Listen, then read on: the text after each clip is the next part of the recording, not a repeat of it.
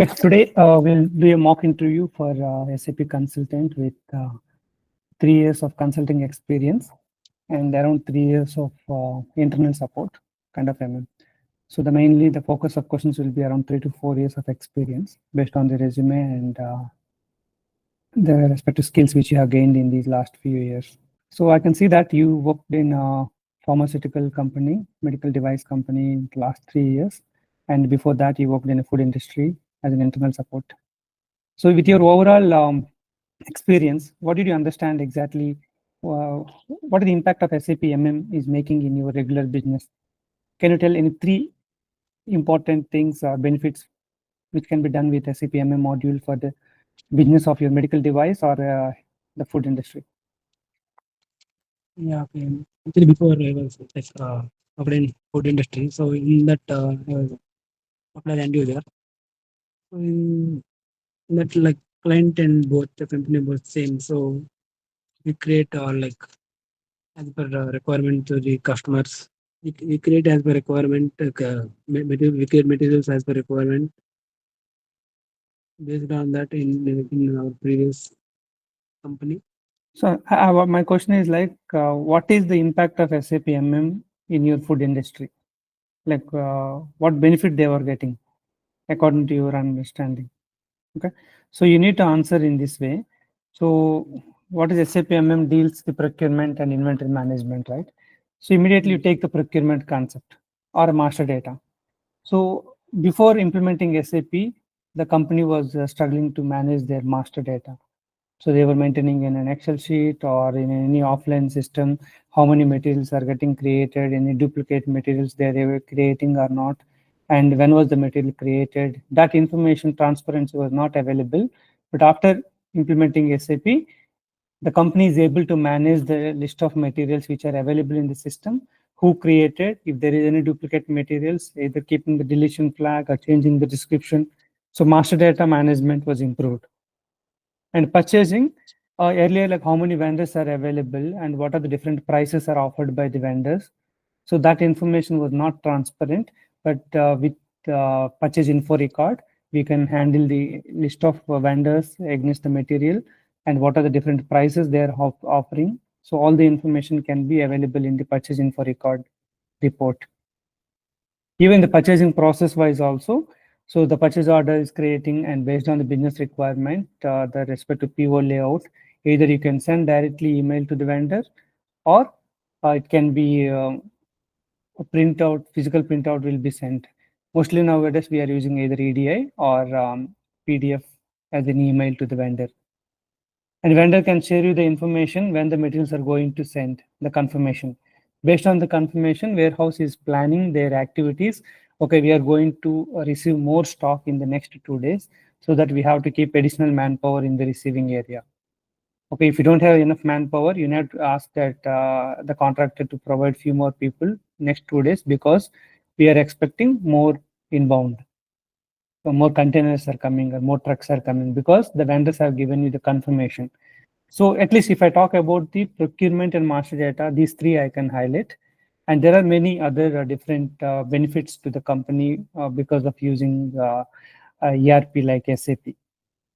You have to answer in that way. If you cannot explain this much elaborated way, at least you need to highlight like Material Master will be helpful for tracking that master data, duplication, everything. If it is info record respect to prices. So in that way, you need to explain. Okay. So I can see that you have obtained info record source list. Okay. So what is the use of source list? So in sources we can procure material from particular vendor, which has information on we can procure the particular material from the particular vendor. Yeah, but what you are going to do in the source list? We maintain all vendor list for who procure that materials. Okay, you maintain. For what combination you are going to maintain? Purchase organization, like material and plant. Later on, use purchase organization. Okay. So if you maintain the source list, you're maintaining based on the procurement from the different vendors, right? Okay. Yes. So how can you know whether the source list is a MRP relevant or not? By seeing the source list, is it possible to tell whether the source list is relevant to MRP or not? We can we have MRP indicator in source list. We can maintain the There is a relevant indicator is there. So that system will consider the source list during MRP run. What are the key master data in SAP MM? material master data, purchase info record, source list, quota alignment. Okay. What is use of quota alignment? Quota alignment is like we can split the quantities of the material to the different vendors. Like suppose we require 10 materials, we can split into two or three vendors. Like we can split like one vendor as four, three like that. Okay. What is the business requirement to split like that? Why do they want to split? Okay. So company maybe needs like different period of time. Require materials different period of time. Then maybe that.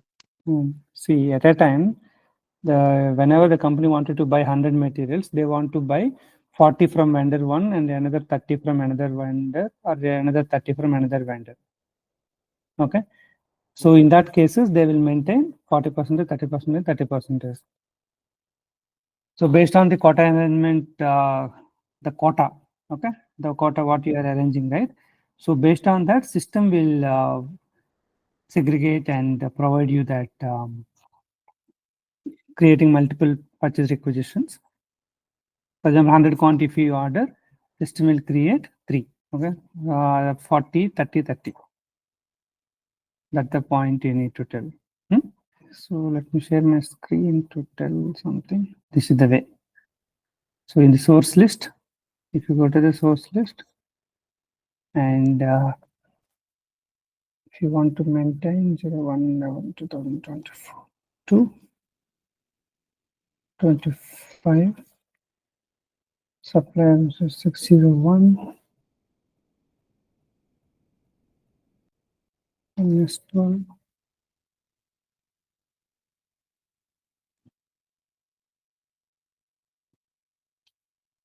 When you maintain, here there is an option called record relevant for MRP or not.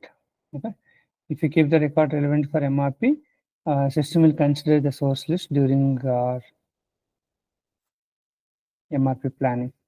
Okay, that's what you need to tell.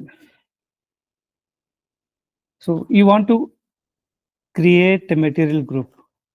Okay, do you know in SPRO where will you do that?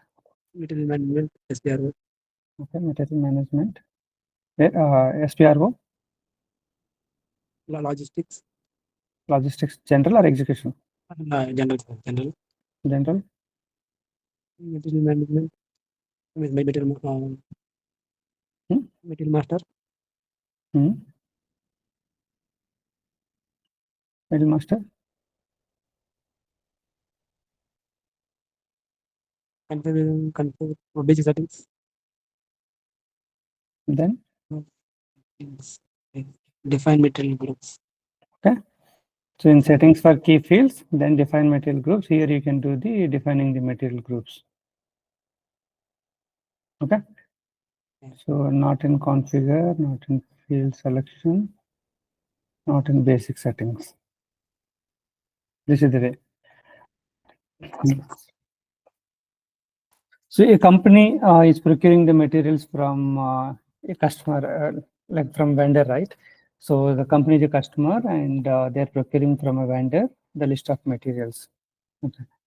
So how can that customer know that like when you create a PO to the vendor, so how can they know that these materials need to be shipped to that respective location? like where to ship the goods. In purchase order, in which area you are going to inform to your vendor about the shipping of the goods.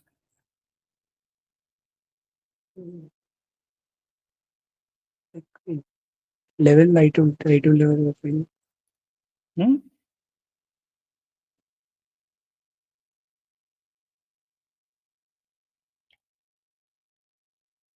shipping. Delivery address. So the address which is at the bottom, the item level, right? This is the address where you are going to ship the goods. And you will see another address here in the header level.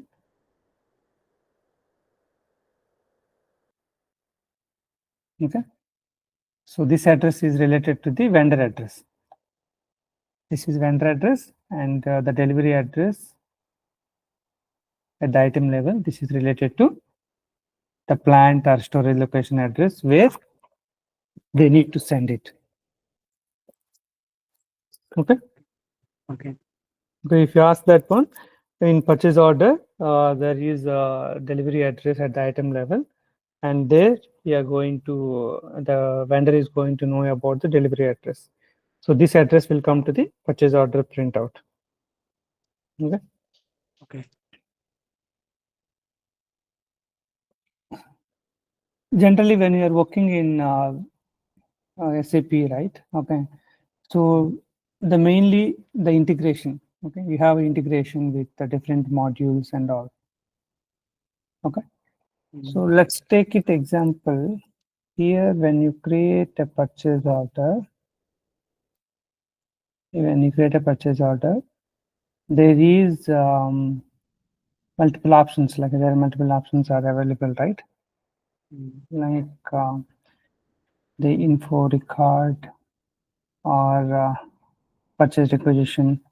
Okay, let's take it purchase requisition.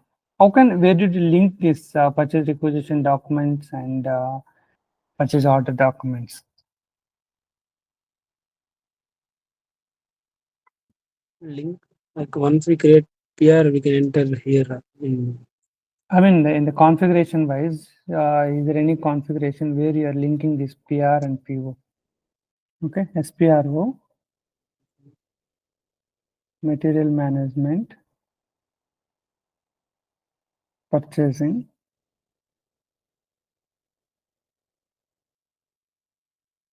purchase order, define documents for purchase orders.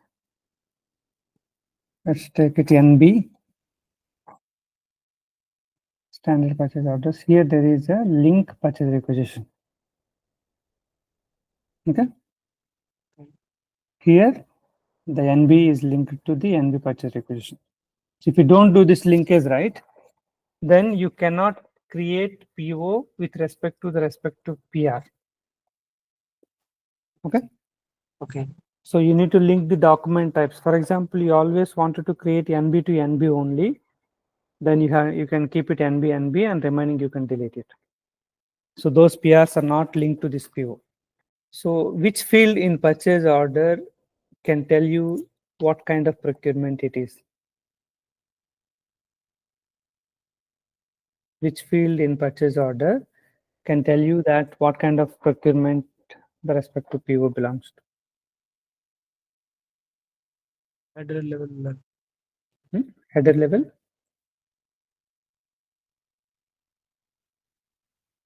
It is item level, item category.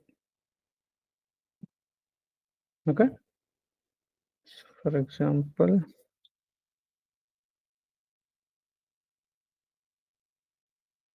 these are all.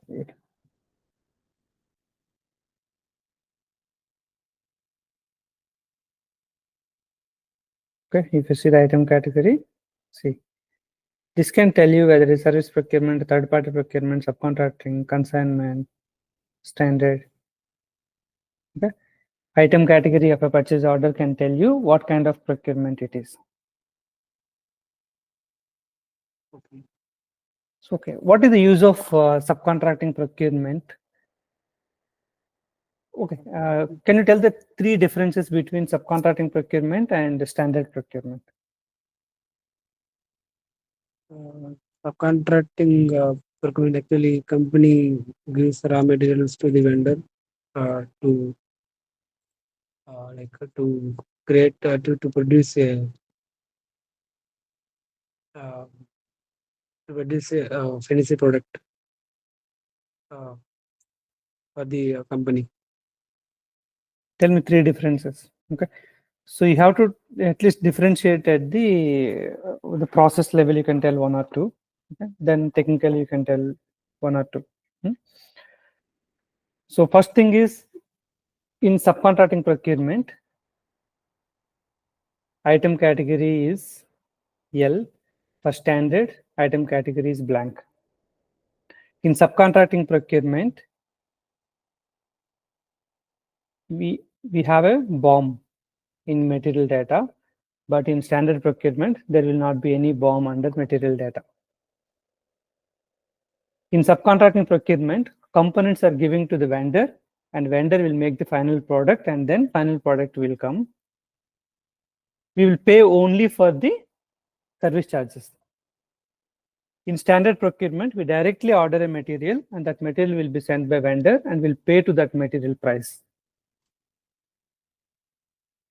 In subcontracting, there may be a scrap or byproduct generation, but in case of standard procurement, you will not get any other products. Whatever product you ordered, the same product will be given by the vendor. Okay. In subcontracting procurement, you can buy components from one vendor and ask that vendor to send to the main subcontractor, so that the product cost you may get for a better price compared to the standard procurement. So at least I told some 6, 7. You can listen this audio again. So you can pick some 2, 3 from that and explain. What is the difference between GR-based invoice verification and direct invoice verification? Like first GR and then invoice, and then, or else direct posting invoice, then posting GR later. Do you know any differences?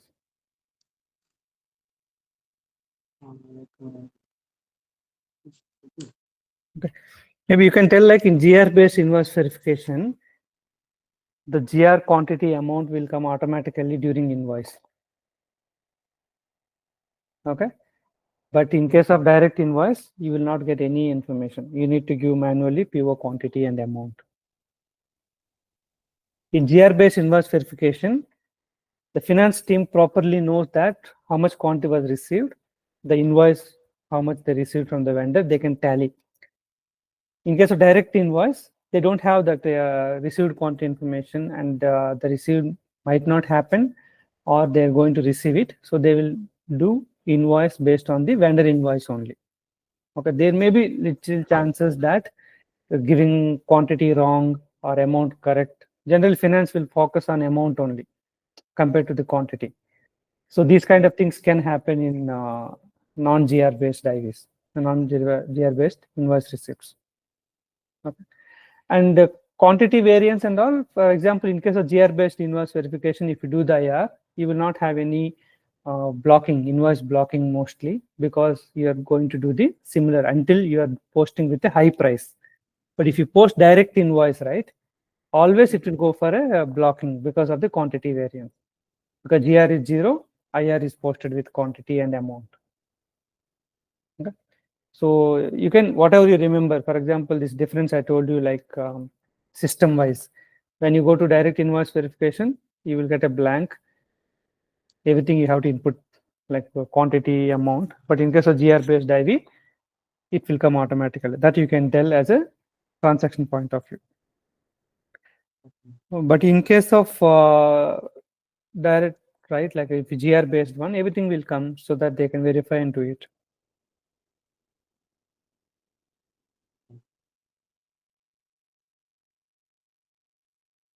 Okay.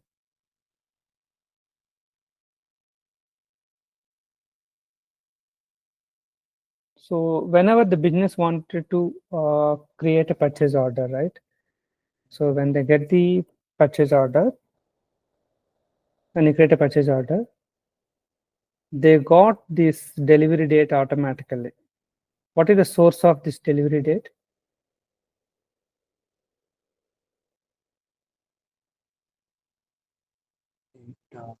Like how can system calculate the delivery date automatically? Okay, let's take go to ME21N 601 supplier NS12 purchase group 001 90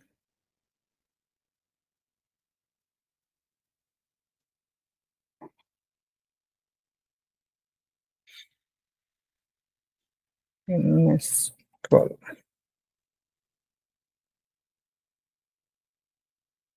Okay, I got November 19th automatic, right? November 19. From where this November 19 has come? Okay. First, you need to check whether is there any info record. Yeah. Okay. It will be Okay, info record is there. Go to info record and see the planned delivery time is maintained as 10 days. So today November 9th, so system has given as a 10 days. So it came November 19th. If there is no info record, then you have to go to material master. okay. Okay. So here, if you go to any MRP is not maintained. If you have MRP, in MRP's views, there is a field called planned delivery time. From there, it will take it. Okay, you need to tell that one. What are the key difference between standard procurement and service procurement? One difference is enough. Standard procurement, you will do MIGO or inbound delivery based GR, but in case service procurement, you don't do GR, you will do the service entry sheet with ML81N. Okay, standard procurement, mostly the purchase order item category will be blank, but in case of service, it will be item category D, technically. Operation wise, that's a service entry sheet, and that one you can tell. So you need to understand and why we are doing what we are doing and all. So what are the different what is meant by RICEFW? Have you heard about RICEFW? RICEFW. No. Report interface, conversion, enhancement, forms, workflow. Mm. You never had that one. Interface ahead. Workflow. These are the different type of things. Okay. So what are the different interfaces? Can you tell any two examples?